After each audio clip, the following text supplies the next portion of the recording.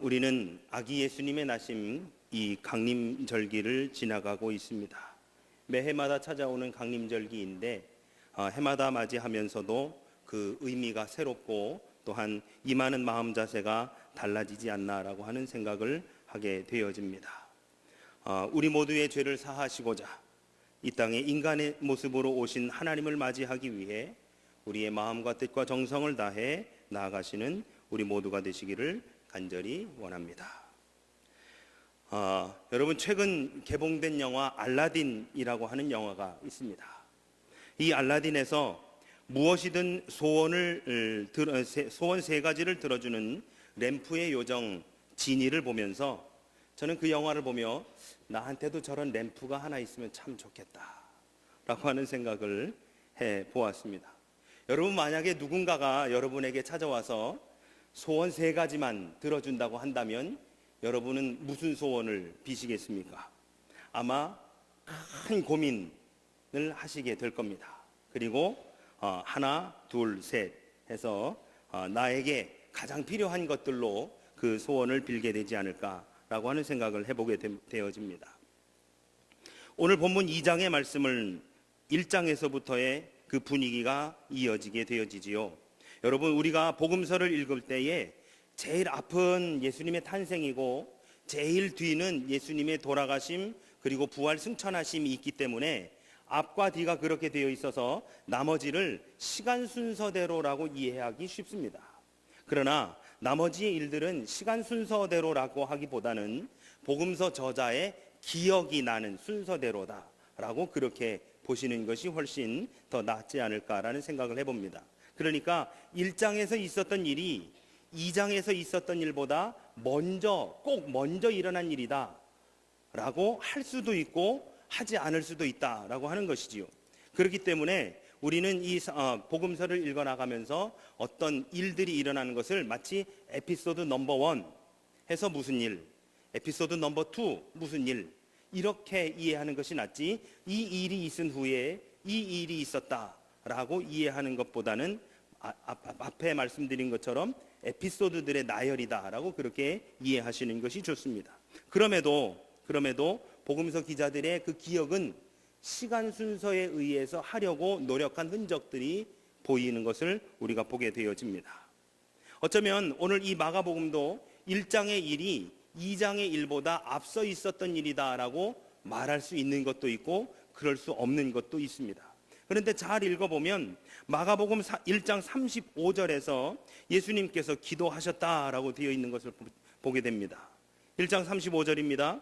새벽 아직 밝기도 전에 예수께서 일어나 나아가 한적한 곳으로 가사 거기서 기도하시더니 라고 되어 있습니다. 이 분위기로 봐서 이 기도는 그저 짧고 형식적인 기도라기보다는 하나님 앞에 정말 간절한 기도로 좀 오래 하신 것이 아닐까라고 하는 생각을 해보게 되어지지요. 예수님은 몇 시간에 걸쳐서 아마 기도하셨을 것입니다. 그리고 시몬이 모시러 올 때까지 예수님께서는 기도하고 계셨습니다. 36절에 보면 시몬과 및 그와 함께 있는 자들이 예수의 뒤를 따라가 라고 되어 있으니 시몬이 예수님을 모시러 와서 다른 장소로 가고 있었던 것이지요. 예수님께서는 그들과 함께 다른 마을로 가셨습니다. 그럼에도 예수님께서 수많은 사람들이 이런저런 이유로 예수님을 찾아오는 것을 보게 되어지지요. 그 이후 37절 이후에 보면 예수님께서 수많은 사람들을 보시고 또 전도도 하시고 귀신들을 내쫓으셨다라고 되어 있습니다. 39절의 말씀을 보면 이에 온 갈릴리에 다니시며 그들이 여러 회당에서 전도하시고 또 귀신들을 내쫓으셨더라 하고 말씀하고 있습니다. 그리고 나서 가신 곳이 어디였느냐? 바로 가버나움이라고 하는 것입니다. 오늘 우리가 읽은 이 본문의 말씀은 우리가 잘 아는 내용이지요. 이 가버나움에서 일어난 일은 많은 사람이 운집해 모여 있었습니다. 2절의 말씀, 많은 사람이 모여 문 앞까지도 들어설 자리가 없게 되었다라고 말씀하고 있지요. 그곳에서 예수님께서 소위 설교를 하고 계시는 도중 사람들이 중풍병자를 4사람에게 메워서 예수님께로 옵니다. 그러나 사람이 너무 많은지라 그 안으로 들어오지 못하고 예수님 계신 곳에 지붕을 뜯어서 거기에서 사람을 그 중풍병자가 누운 상을 달아 내리고 있습니다. 여러분, 이 얼마나 극적인 장면일까요? 만약에 지금 이 순간 이 위에를 뜯어서 누군가가 누워있는 상을 달아 내린다고 한다면 우리는 어떤 반응을 보일까요? 지금 뭐 하는 거냐고, 지금 예배 드리는 중에, 지금 설교하는 중인데 당신 지금 뭐 하는 거냐고 하지 않을까요? 그럼에도 불구하고 그 네 사람은 그 중풍병자를 거기에서 달아서 지붕을 뜯어서 내립니다. 도대체 무슨 사연이 있기에 모든 사람들이 모여서 예수님의 설교를, 예수님께서 선포하시는 천국의 비밀을 듣고 있는 바로 그 순간 도대체 무슨 간절한 사연과 소원이 있기에 그 사람을 거기에서 뜯어서 내리고 있는 것이었을까요? 예수님은 그들의 마음을 전혀 몰라주시는 듯 했습니다. 무슨 말이냐?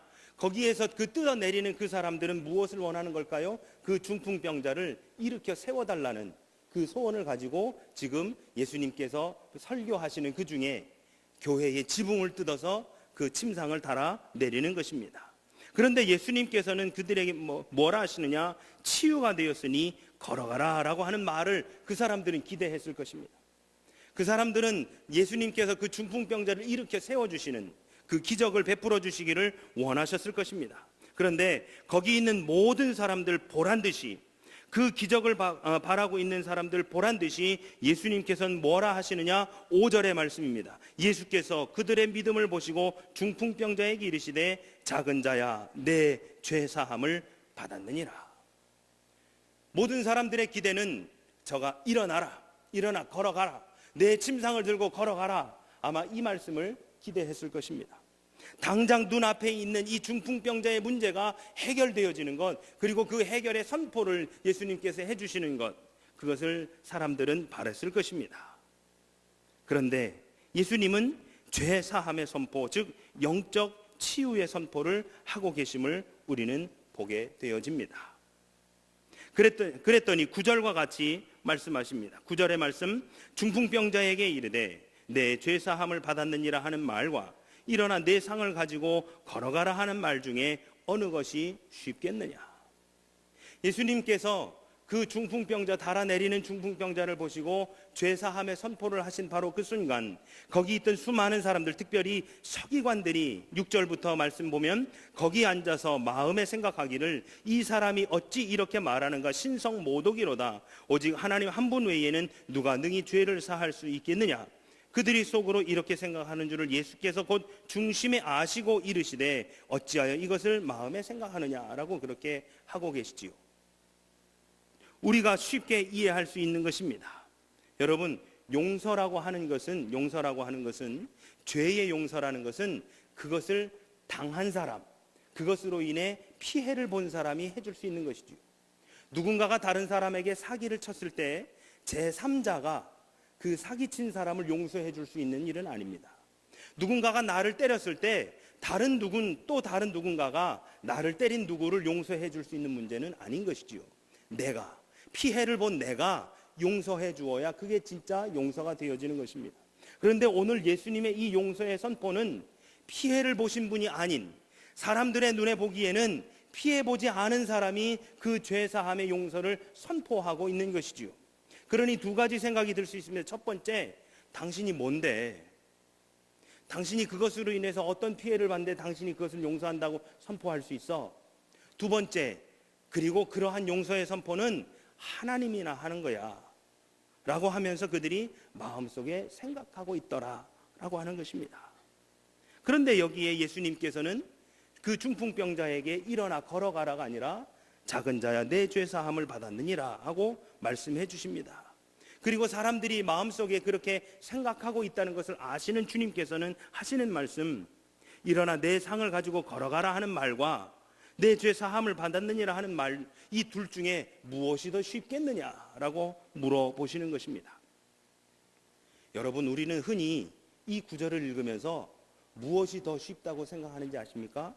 우리는 일어나 내 상을 가지고 걸어가라 하는 말이 더 쉽다고 생각합니다. 왜? 이것은 육적인 문제니까요.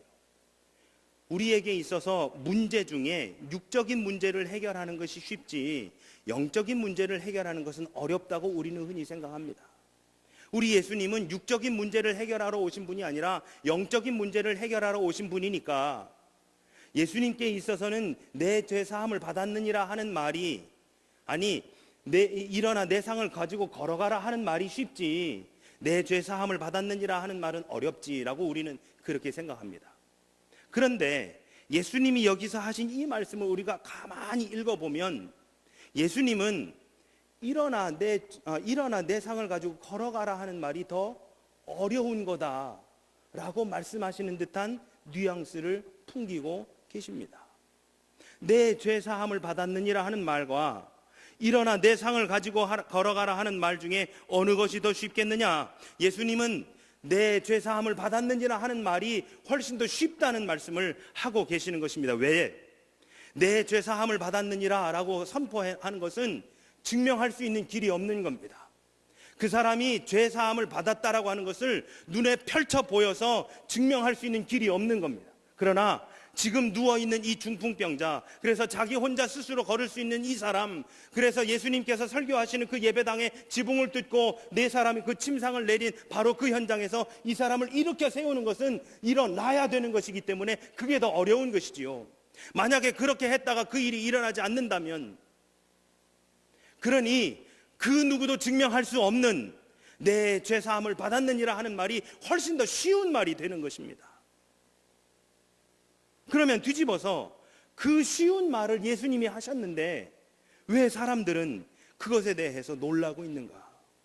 그러면 왜 예수님은 훨씬 더 어려운 말, 일어나 내 상을 가지고 걸어가라 하는 바로 그 말, 모든 거기에 모여있는 그 사람들, 심지어는 그 중풍병자와 그 중풍병자를 달아내린 그 네 사람이 원했던, 진짜 원했던 바로 그 말씀을 그냥 하시면 됐지, 왜 굳이 예수님은 내 죄사함을 받았느니라 하는 이 죄사함의 선포를 하셨을까? 더 어려운 말이면서 모든 사람들이 원하고 있는 그 말씀을 왜 예수님은 하셨을까? 10절에 그분이 말씀하십니다. 그러나 인자가 땅에서 죄를 사하는 권세가 있는 줄을 너희로 알게 하려 하노라. 만약에 우리 예수님이 그리스도가 아니셨다면, 만약에 우리 예수님이 진짜 구세주가 아니셨다면, 만약에 우리 예수님이 진짜 하나님의 아들이 아니셨다면 그렇게 선포하실 수 없었을 것입니다. 한마디로 얘기하면 자신이 없었다면, 죄 사함에 자신이 없었더라면, 아무도 증명해 보일 수 없지만 하나님의 온전히 하나님만이 하실 수 있는 바로 그 일을 우리 예수님께서 선포하신 이유는 바로 당신이 하나님의 아들이시기 때문에 인자가 땅에서 죄 사하는 권세가 진짜 있는 것을 그들에게 선포하고 계시는 것입니다.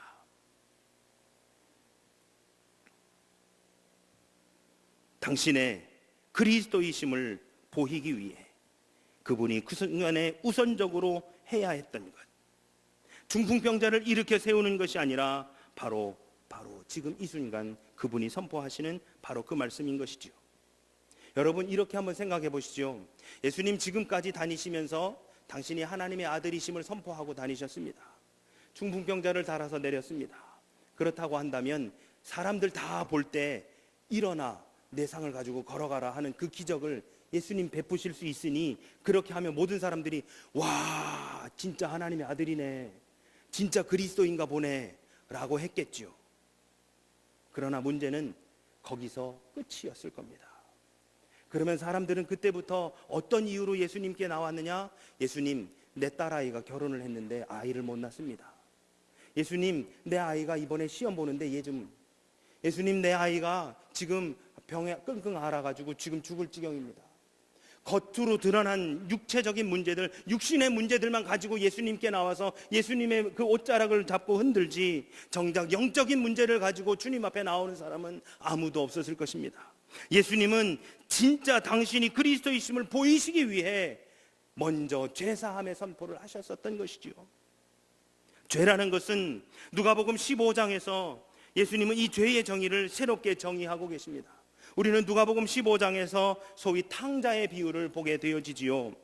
여러분, 동생뿐만 아니라 형도 죄인임을 우리는 보게 됩니다. 아버지의 재산 절반을 가지고 나가서 다 탕진하고 돌아온 그 아들은 말할 것도 없는 죄인이지만, 아버지의 말씀에 순종하고 아버지가 하라는 대로 지금까지 집안을 지키고 가사를 돌보았었던 바로 그 큰아들도 죄인이었음을 우리는 누가복음 15장에서 보게 되어집니다.